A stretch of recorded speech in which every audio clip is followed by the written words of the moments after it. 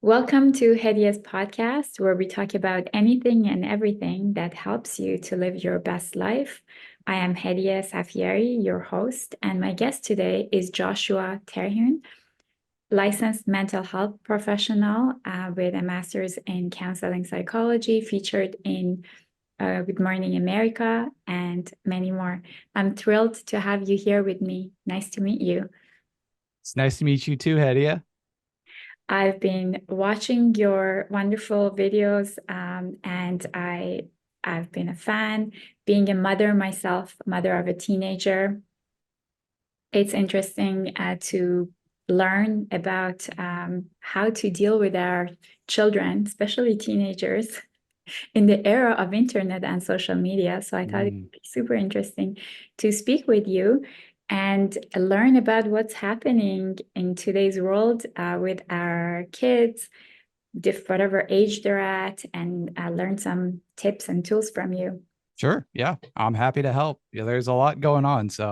There is Um, a lot going on, and you are the TikTok guru talking about parenting and kids and what's happening. So tell us more. What are the things you're seeing these days? Parents complaining, coming to you, sharing about their kids. will this be edited? I just need to think about it for a second. So kind of the so a lot of the big things that I'm seeing right now is like a significant rise in ADHD. Mm. Um, Parents, kids, families needing a lot of support around that. And then also building connections, building a solid foundation for happiness. Everyone is overstressed and overwhelmed. And so helping to provide those tools and skills that they need and creating an environment around them to help support their mental health and help them live lives that to grow into who they're meant to be. So Absolutely. So this was into what you just said caught my attention. Rise in ADHD. Why is that? yeah, so lots of people have asked that question, and I think in large part it's due to the awareness of what it looks like and how it manifests in kids and especially adults, like the millennial generation, especially women. They've been known as the lost generation of they weren't noticed, and then they start to realize they've been struggling their entire lives with something but didn't know it had a name. They just thought there was something wrong with them, or they just knew they weren't right. But then um, and people can blame social media for it or TikTok if you want. And that is partially to blame, but in large part it's due to gaining the language and being able to connect with people who've experienced the same thing and helping realize like this is what was going on the whole time and I just didn't know. So do you think our lifestyle these days contribute to this? Because we have much busier lives and the exposure to social media and so much more distraction than before and not having interaction like we did before, right? Yeah. Like because we live in this digital world that everything is with virtual people. I mean, look at you and I are talking virtually and we're in different parts of the world. So people have maybe forgotten how to make real connections and Mhm. have conversations. And does that have to do with any of it? Hedia, you hit the nail on the head. That is it. So the key piece of mental health and physical health, they Harvard has done like the world's longest study. They've been studying their undergraduates for like 80 years. Mm. And the single biggest thing that they found was your life expectancy at the age of 80. The most robust factor for that was the relationships that you have at 50. Loneliness is the equivalent to smoking 8 cigarettes a day to your physical health. Yes, So, yes. and it is the number one factor for making growth within therapy. It is the therapeutic relationship. Mhm. Uh, Even for kids, I mean, you're supposed to bond with them immediately. Like kids will die without love. Unfortunately, they had to test that and figure it out. But and then even at the end of life, like we are meant to belong and connect with people. And so living these much busier lives has disconnected us from our community, from our village. And that's a large part why we're seeing this rise in mental illness, because we're not meant to work, 12, 18 hours a day. We're meant to, you know, go out to dinner and share food with one another, and help your neighbors and take care of them, and having a whole bunch of kids running around the neighborhood, and having cookouts and laughing with one another. And that's not happening so much now, and now we're seeing the results. I mean, how often do we see our kids playing in the street with other kids? They're constantly on their phone, on Snapchat, and Yeah. having all these like virtual games or friends. So the interactions have changed, obviously pandemic, and then the era of different apps and social media and internet. And millennials, probably the last generation that knows life without internet, right? And Uh-huh. gone those days that we got excited about little things in life, such as like walking with our Walkman or things like that. Uh-huh. Is, Yeah.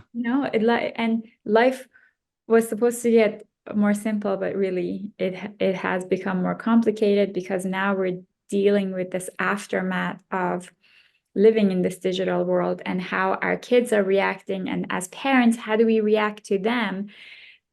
So it's complicated. So Mm-hmm. I feel like as a parent, we need to have, and I constantly look for tools to educate myself.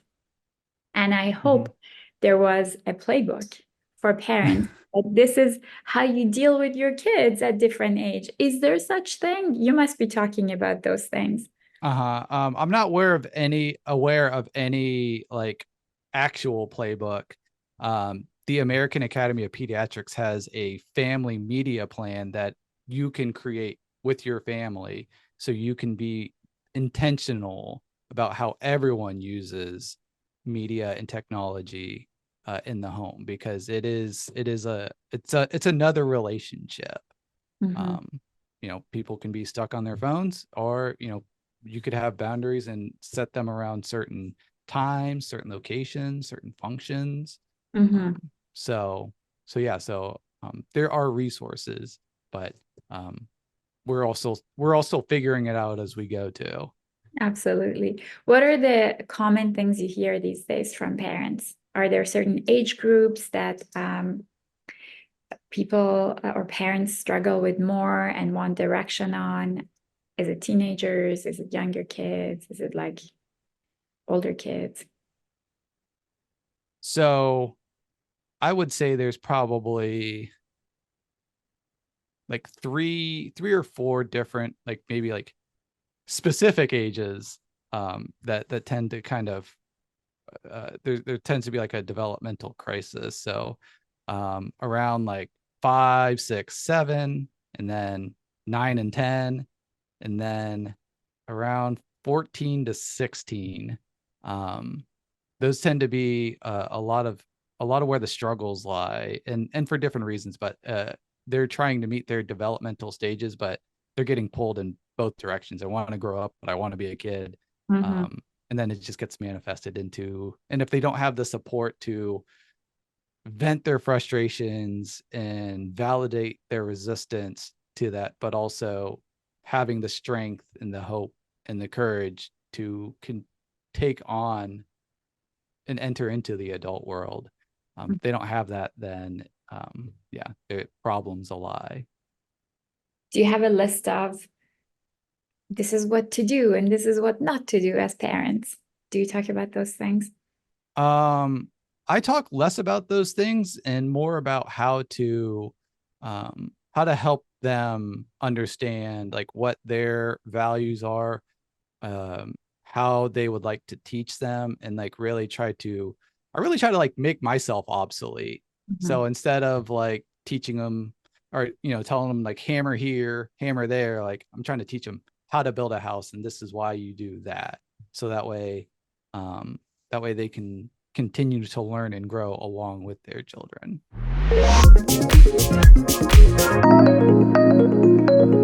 You had a video that talked about how you talk to your child becomes their inner voice. Mm-hmm. And it really affected me because sometimes being a busy parent and trying to do so many different things, we can be short and we can we don't notice how we talk, or maybe we raise our voice. And that really hit me because I was like, oh, I don't want that to be her inner voice. I want her inner voice to be calmer than that. So how do we navigate that? Let's talk about that more. Mm-hmm. So what research has showed us is that we cannot change necessarily how intensely or deeply we feel. Some people are just more sensitive than others. But what we can change is our reaction and our the duration of our emotional state, and also how quickly like we recover from that. So the reaction, like you can teach them, and you could, and not only just explicit teaching, but also implicitly teaching how to do these things, and that is by being a good role model. But teach them how you talk to yourself. So like verbalizing and narrating like your thoughts and feelings. Like, I'm feeling very frustrated right now because nobody's listening to me. I don't want to yell. So like, be modeling those sorts of things. And then practicing skills like, I'm going to take some deep breaths. And this may be for younger kids, not necessarily older kids, but like you might just be more conversational about it. Like, I'm starting to feel really frustrated right now because it seems like you're not taking me seriously.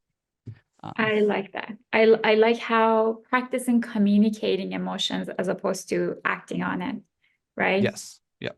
Yeah, Yeah. So if you want like tips, tricks, strategies, yeah. so nonviolent communication is great. They have like a 4-step process. Okay. So I feel blank, which is like an emotion, when you blank, like, and make sure that is like an objective observation. So it's not like, when you're I hear my kids like a poopy face, like that doesn't mean anything, but like when you call me names, so the third part is because I need/value, and that's the most important part, because it shows like you're taking responsibility for your feelings. Like, Yes. I feel this way because a need isn't being met, a value isn't being honored and respected. And then the last part is like requesting or asking if they could help you with that. Like, would you be willing to blank objective, action? So, so it's like, I feel hurt when you ignore me because because I need to feel, important. Like, my words are important. Like, what I'm saying is supposed to be helpful for you, or because I feel like I need connection with you. I'm feeling distant. Would you be willing to have a conversation with me or share your feelings with me? Wow. And just a simple communication like that, not just with our kids, but in relationships with our friends, with the spouse, with whoever that we're interacting with, makes such a huge difference as opposed to tantrum or being upset because they don't understand, especially for kids, because they don't understand why you're acting the way you're acting. Whereas when you communicate it, it helps them to understand what's going on. That makes sense. Yeah. A Yeah. a good practice to do for sure. Excellent practice. Yeah. And you're practicing too. Like, I tell parents all the time, like, not your kids are learning, but parents are learning too. You're learning and growing together. It's a parallel process. And it's a good model for them to have the same communication skill with their friends. So when they're in disagreement, they can communicate how they're feeling, and that's why they're acting. I really like that. Yeah. Yep. Yeah, it's incredibly helpful. And then the flip side of that is being able to hear other people too, because they may have something to say to you that may be uncomfortable for you to hear, like, how you let them down. So like being able to hear like, okay, you were really upset because I didn't text you back last night. So it's like, I'm sorry. I will, really make it a priority to, reach out to you when or, reply back in a that night if I get a text message. Mhm. So So listening is a big part of the communication, that's for yeah. sure. Hmm. Something we all need to practice Yeah. with our kids and with others. Yeah. Cause like we tend to like interpret like what people are saying instead of maybe like what they're actually saying. So like sometimes to like diffuse like maybe a escalating argument, I'll just say like, what are you hearing me say right now? Mhm. It's like, oh, you're telling me I'm a bad kid, I'm horrible and disrespectful. I'm like, no, no, I'm not. Like I am saying like I feel, disconnected with you. Like Mm. it's not like I know you got a lot going on. So like, but like I love you and I want to be around you more. So That makes sense. Yeah. Joshua, you talk about trauma, mhm, and as someone who I'm learning that maybe I was traumatized as a kid growing up in Iran, and having my adolescent years in a country that there was a lot of restrictions and we were picked on by morality police and the government the way it was, and didn't have a normal childhood, didn't have a normal adolescent. We couldn't do a lot of things. We couldn't go to mixed parties. We couldn't go to mixed schools. And we were put down a lot by the authorities. And when I think about it now, this is all trauma, right? mhm, So talking about trauma, and I know there is a whole nation and a lot of um, people in my channels are Iranians too, who've gone through the same experiences. As people who've been somehow traumatized by childhood experiences, what are your observations around that? And is there any things that you can share with us? mhm. Yeah. So again, key piece of mental health and healing and a huge buffer for trauma is social connection. That is incredibly important. And when I hear and also, there's debate on like, oh, everything is trauma. So like how I define it is trauma is it's a Greek word for wound. Like Mm, it is a wound. Like if you feel hurt, like that can be traumatizing. And they yeah, call it big T and little T trauma. Like yeah, big T is being in a war zone. Little T trauma is, maybe like getting humiliated in front of your friends. yeah. Um, so there's that. But You just said something being in a war zone, which reminded me, I think we get desensitized by a lot of things that have happened to us. I mentioned one time in a podcast interview that I spent my middle or elementary school years in shelter underground because there was a war going on between Iran and Iraq. So all my classes were underground, and where we had to wait to see where is bombed every year. And the reaction that I got was like, what did you just say? And I was like, yeah, that's how I grew up. And until that moment I didn't realize how different that was, mhm. and I think as you said, then how do we define trauma? Is trauma something that still hurts, or you know So yeah. So I mean, if one, it can be a very subjective lens or perspective. But yeah, if it's wounding, if you feel hurt, the clinical definition is more so about like a life-threatening experience, but we're realizing there's more to it than that. Um, but so uh but like you feel wounded and you feel a great sense of like helplessness or powerlessness or a lack of control in your life. So those factors into it. And what the what the key piece to the difference of, when you get post-traumatic stress, or the post-traumatic stress symptoms versus resiliency, is the social support. Because, like, if something stressful, exciting, unusual, something big happens in your life, what do? It's like, I got to share this with people. I got to share this with my family. I got to share this with my friends. Like, this is so exciting. Right. But also, like, if we get hurt too, it's like, I got to get this off my chest. Mhm. But if you don't have that person to vent to, get all this icky stuff out, then it just stays in you and just metastasizes and affects and infects your spirit, your soul. So talking about it helps. Mhm. Yeah.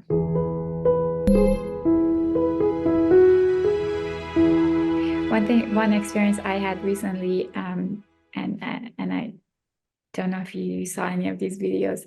There was this thing that happened in Iran, and that started a movement. And Mm. a girl Uh, was last year and started a movement.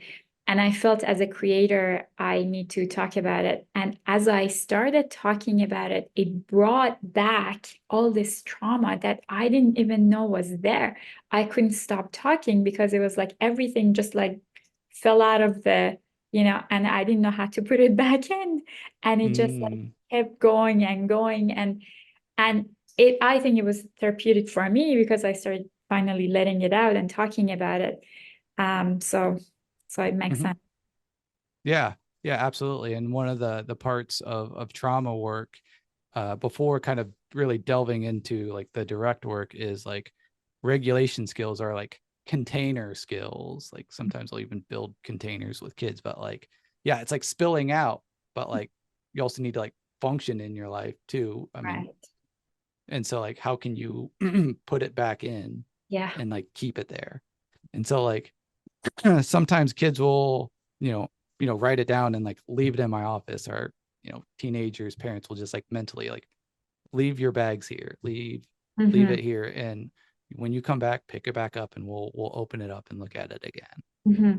And that's a good one. I'm glad you mentioned that. I was gonna ask you, are there ways around managing it, such as like journaling, or I know like some therapists do like artwork, because expressing for everyone is different. Some people are in form of writing, some people are in form of talking about it, or drawing an art, or whatever. So these are all different methods that you Mhm. guys use, right?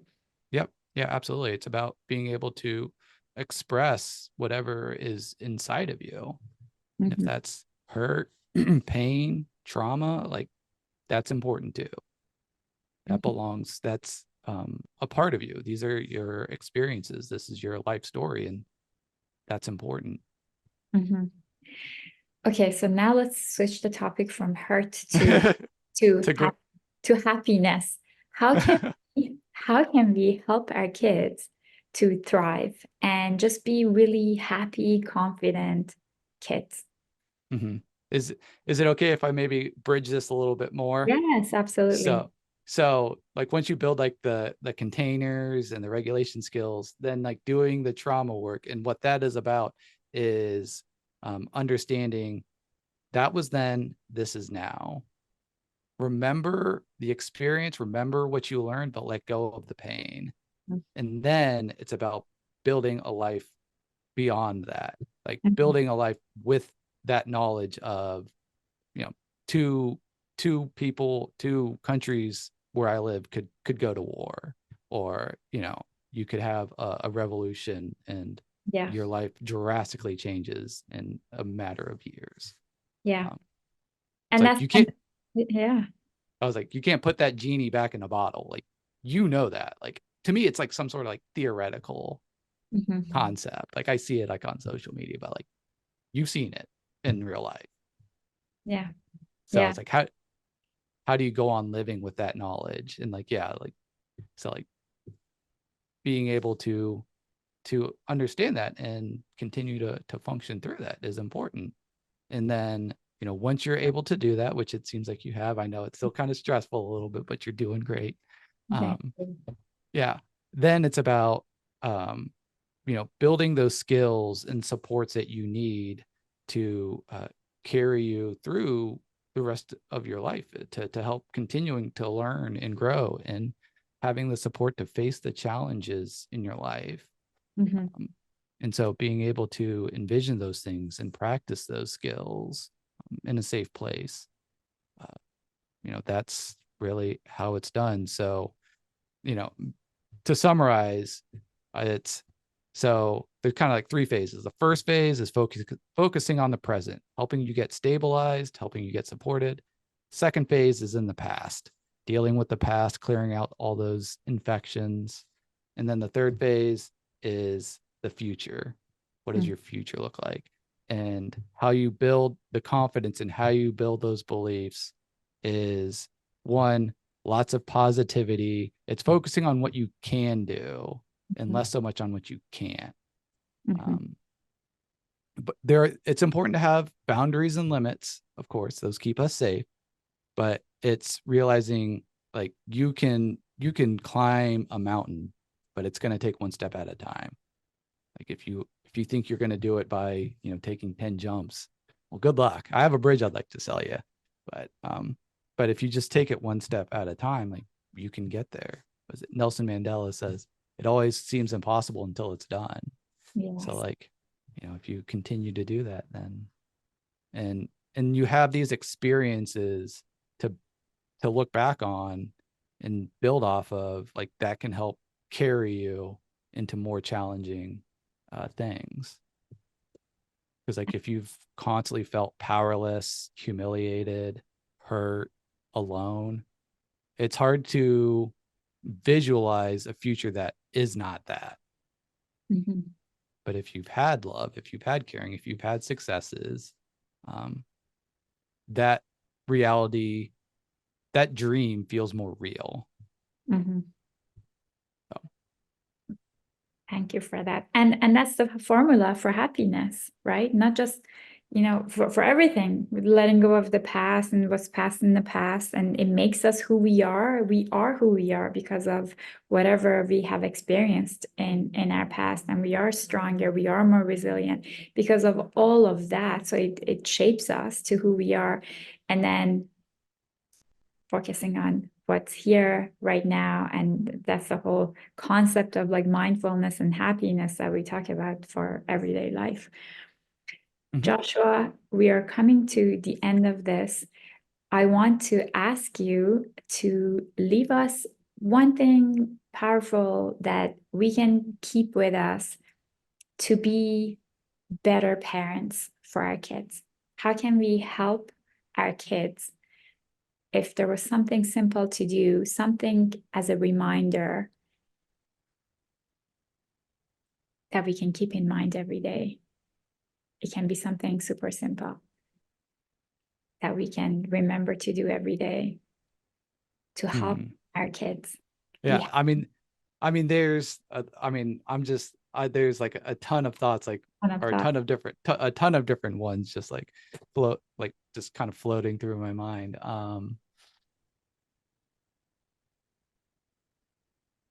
So I think maybe practically, one that my parents seem to like is like, be a robot. Like if you're getting upset, be a robot. Like just be flat, emotionless, no emotion, no lecturing. Mhm. So like that's a good tip. Um, I would say the biggest thing is see the goodness in people. Mm. Um, so it's it there's several different ways, several people have talked about this, but um the most important thing to see in others and in yourself is the positive intention of what they're trying to do, how they're trying to meet their needs.